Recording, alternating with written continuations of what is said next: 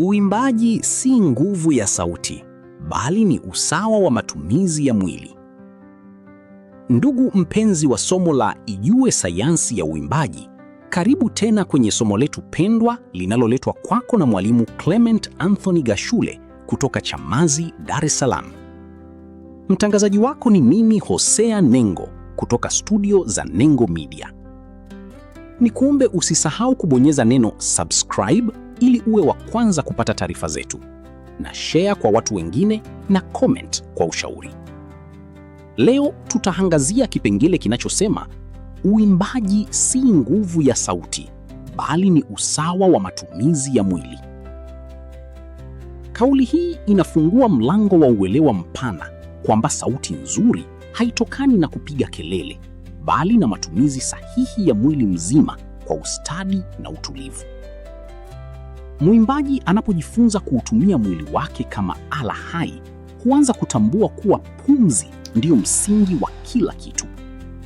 Bila udhibiti mzuri wa pumzi, hata sauti yenye uwezo mkubwa hupoteza mwelekeo na uzuri wake.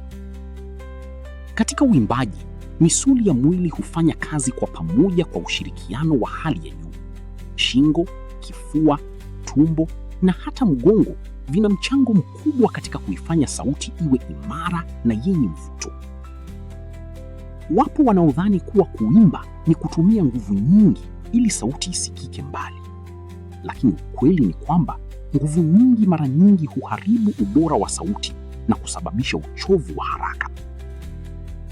Mwimbaji mwerevu hutafuta usawa kati ya pumzi na sauti, kati ya nguvu na utulivu, na kati ya mwili na akili.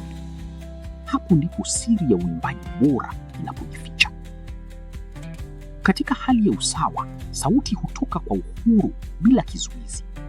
Inakuwa nyepesi kusikika, yenye mvuto wa asili na inayogusa hisia za msikilizaji bila kulazimishwa.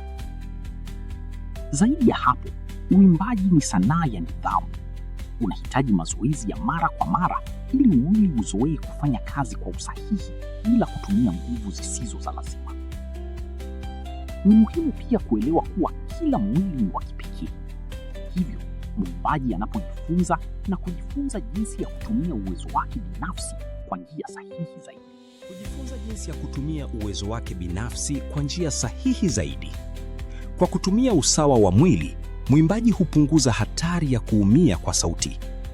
Anajenga uwezo wa kuimba kwa muda mrefu bila kuchoka au kuharibu ala yake kuu, sauti. Hatimaye, uimbaji bora ni matokeo ya maarifa, mazoezi na utulivu wa ndani. Ni safari ya kujifunza kuunganisha mwili, akili na pumzi ili kutoa sauti yenye uzuri wa kweli na nguvu ya kuvutia. Asante kwa kuniazima sikio lako.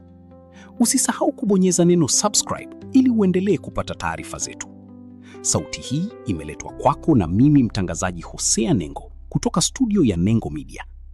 Kwa ushauri zaidi, wasiliana na Mwalimu Gashule kwa namba hizi: 0782201686 au 0719201686.